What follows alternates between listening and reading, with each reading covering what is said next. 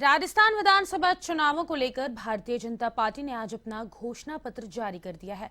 Party के राष्ट्रीय अध्यक्ष जेपी नड्डा, प्रदेश प्रभारी अरुण सिंह, प्रदेश अध्यक्ष सीपी जोशी, चुनाव प्रभारी प्रहलाद जोशी ने अपनो अग्रणी राजस्थान संकल्प पत्र जारी किया।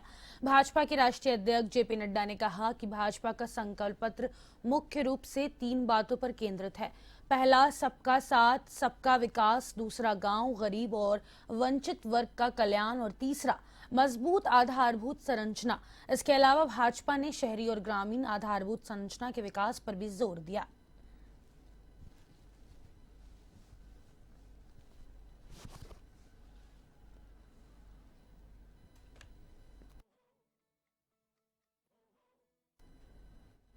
भाजपा ने अपना घोषणा पत्र जारी कर दिया है। ये वो घोषणा पत्र है, बड़ी सारी बुक है जिसके अंदर अपने वादे जो हैं वो जनता से किए हैं। समय बहुत कम है, करीब सप्ताह भर का समय बाकी रहा है।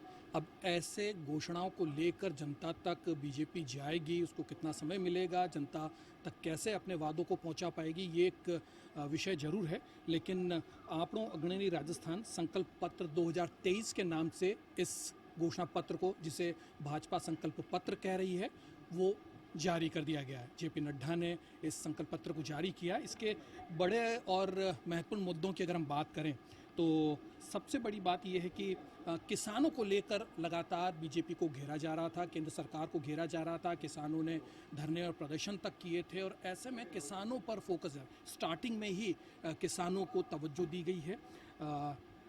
पीएम किसान निधि जो योजना है उसके अंतर्गत 12,000 की अब जो है वो घोषणा की गई है कि 12,000 साल के किसानों को दिए जाएंगे। पहले 6,000 दिए जा रहे थे, अब उसको 12,000 बढ़ाकर करने की बात की जा रही है। वहीं लघु सीमांत तो बटाईदार किसान हैं, उनको मुफ्त शिक्षा देने का वादा भी बीजेपी की सरकार अगर आती है तो ये घोषणा पत्र में किया गया है। ग्रेडिंग के अकॉर्डिंग जो है वो कोल्ड चेन चैम्बर्स, गोदाम, प्रोसेसिंग सेंटर का निर्माण किया जाएगा ताकि जो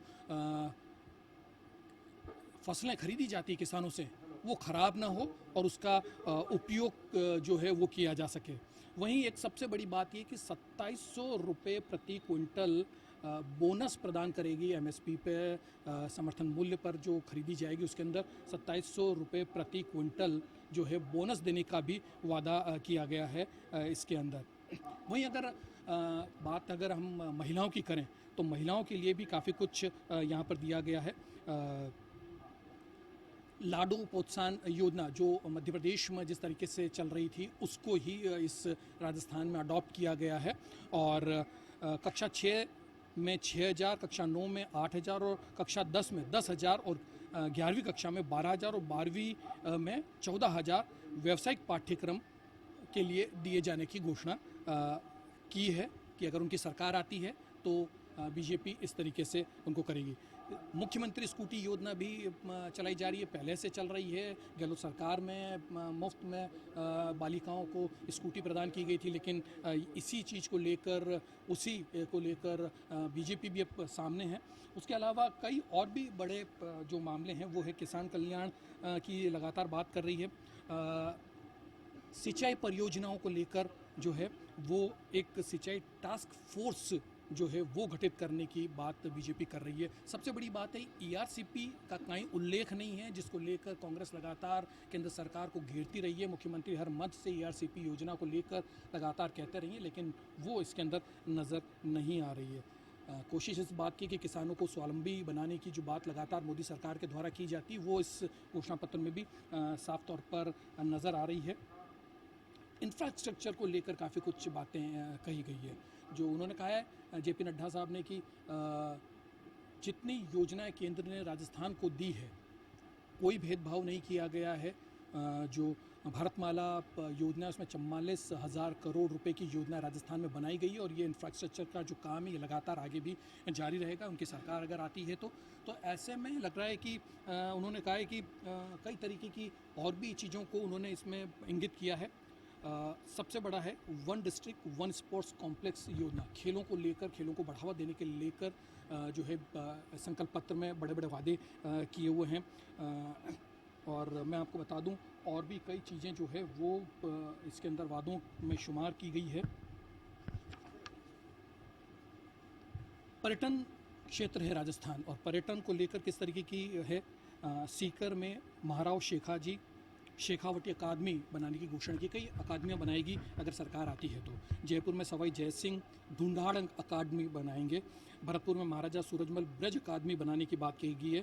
कोटा के सरदार बूंदा मीणा हाड़ौती अकादमी बनाने का वादा किया गया। उदयपुर में राणा सांगा मेवाड़ अकादमी की बात की जा रही है। जोधपुर में राव जोधा राठौड़ मेवाड़ अकादमी और उसके साथ साथ अजमेर में पृथ्वीराज चौहान अजमेर अकादमी का निर्माण किया जाएगा, बनाई जाएगी।